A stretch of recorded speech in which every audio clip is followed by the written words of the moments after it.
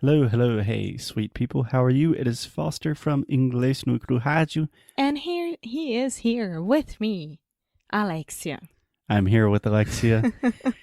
Happy whatever day this podcast is being released on. And today, Alexia, it is raining cats and dogs. Yes, it is. Raining cats and dogs, and I'm gonna turn 30 in just a little bit as well. Ooh, are you excited? Yeah, I am. Do you know where the phrase raining cats and dogs comes from? No. No. Do you know what it means? Yeah. Raining a lot. Yeah. We have one in Portuguese that I don't remember, but it's like tá chovendo something something and canivetes. I don't know exactly. I believe, I'm not sure if this is 100% accurate, but I believe that the phrase raining cats and dogs comes from industrial London during the Victorian age when they were building so many new streets and everything, and the city was just crazy that occasionally it would rain really hard and they did not have proper sewage systems. Proper what? Sewage systems, like pipes and places for the water to flow. Okay. And it would rain so hard that quite literally cats and dogs would get washed up in the rain. That's horrible. Yeah. But wow, but it's perfect for today's episode. Yeah, that's a good point. I did not even think about that. See, amor, that's why we are gente. together. That is one of the many reasons why we are together. So today on the show, we are talking about something that I've wanted to talk about for ages now. And it is a book. Ages. For ages. That's a great phrase. It means I know. For a long time. Yeah. But it's a little bit dramatic as well. Perhaps. Perhaps. Anyway, I wanted to talk about a book that I read a few years ago, perhaps, maybe last year. I don't remember. But the book is called Palaces for the People. It is by a guy named Eric Klinenberg. Klinenberg, I believe. I don't really know what he does, but it's called Palaces for the People, How Social Infrastructure Can Help Fight Inequality, Polarization, and the Decline of Civic Life. It's a big title. That is a mouthful. It's a big title. Yeah. I'm happy that you read that.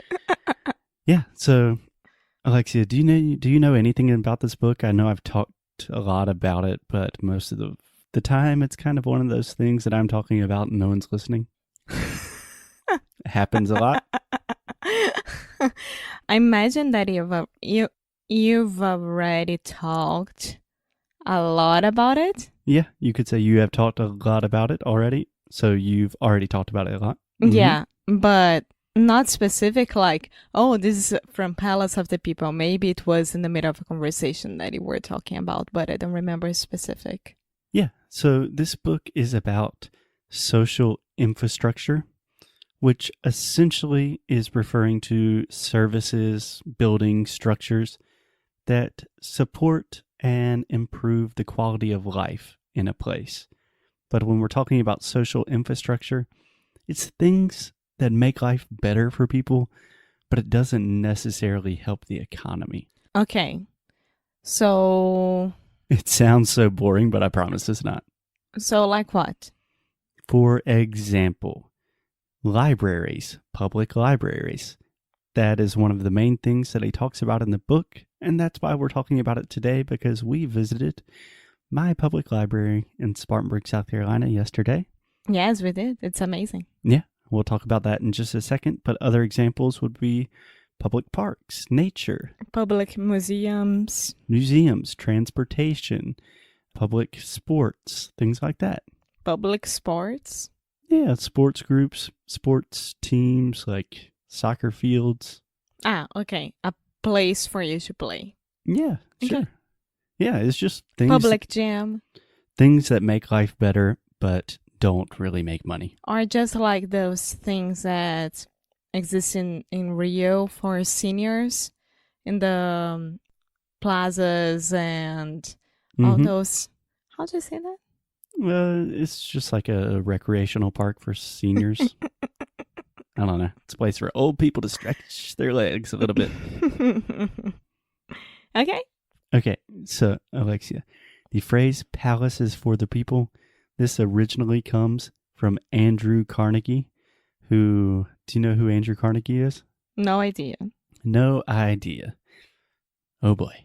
What? So, he's just one of the most famous historical figures in all of American history. I'm sorry, I'm not American. I didn't study American history that much as well, so we focus on need to European apologize. Okay. history. Anyway. Someone is talking here. Oh, my Amazon device is talking to me? Yeah. Okay, we will just make sure we don't mention your name anymore, but it should be fine. Okay. So this phrase, palaces for the people, originally comes from Andrew Carnegie, who he is most famous for building most of the railroads, and he's one of the richest people in all of American history, and he built a lot of things with steel and railways, that kind of thing. Mm-hmm. So he was British, right? Originally he was Scottish, and then he immigrated to the U.S. Yeah, I imagine, because they were the ones who would do all the railroads and everything that time. Mm-hmm. The Scottish people. Mm-hmm. But Andrew Carnegie also started building a lot of public libraries, and he thought they were hugely important, and he called them palaces for the people. That's where the title of the book comes from, and I just think it is intensely beautiful. It's beautiful. When you think about it, palaces for the people. I mean, everything is built for us. All of this is built for us. It's for the people. It's beautiful. Yeah.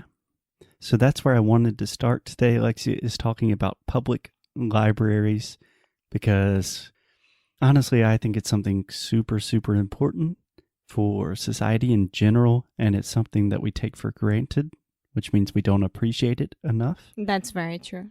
So, Alexia, yesterday we went to the Spartanburg Public Library. This was your first experience. No, not your first experience in a public library in the U.S., but your first experience at this one. How was it? What were you expecting? How was it compared to your expectations? It was my first one. And no, it was not. We also went to the North Carolina State Public Library in Raleigh. I thought it was... No, we didn't. Yes, we did. No, we didn't. We did, but I thought it was a college library. It's the public university library. So it's still public. You don't have to go to the college to go there. But I thought it was from the college. Okay. Yeah, that one had the robot, remember? The robot who would grab the book that he wanted. Yes. So we also went to a public library many years ago in Raleigh, North Carolina, which is the capital of North Carolina. And this public library is associated with the public university in Raleigh. And it's way better than Spartanburg. It's crazy good. No, it's amazing. It's like, I have no idea how to compare that because it was amazing. But the Spartanburg Library, public library, was so cool to visit because Spartanburg is a tiny city, right? It's a tiny place. Yeah, it's not like a New York or Miami or anything like that. No. And to have a public library do jeito. Do jeito que...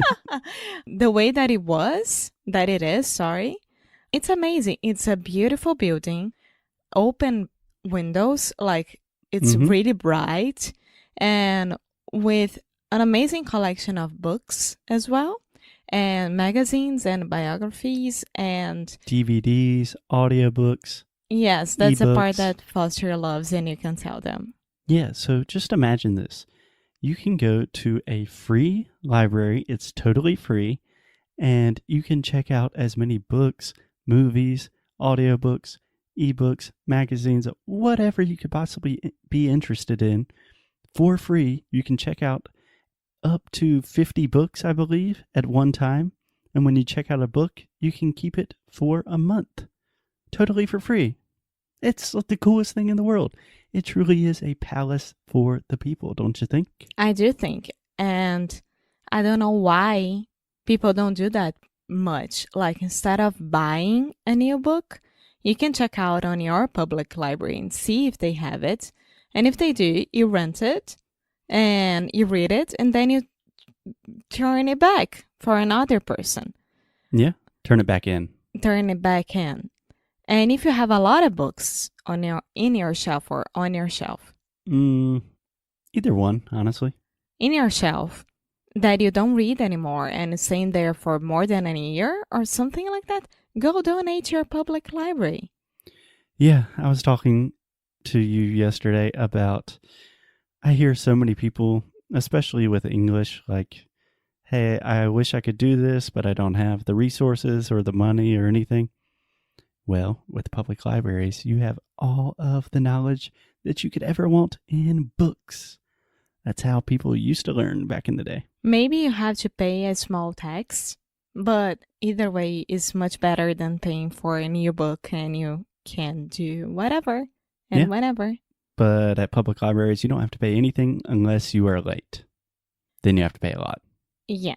And one last thing I wanted to mention about public libraries in the U.S., they are not only a place where you can read and learn about anything you want, but they also have a ton of cultural events. Number one, public libraries are the main place in the U.S. where people have free English classes. So that's true. Tons of immigrants. Laura used to do that, right, I think? Laura Perucchi. Yeah. I believe so. Hey, Laura, I need to send you an email.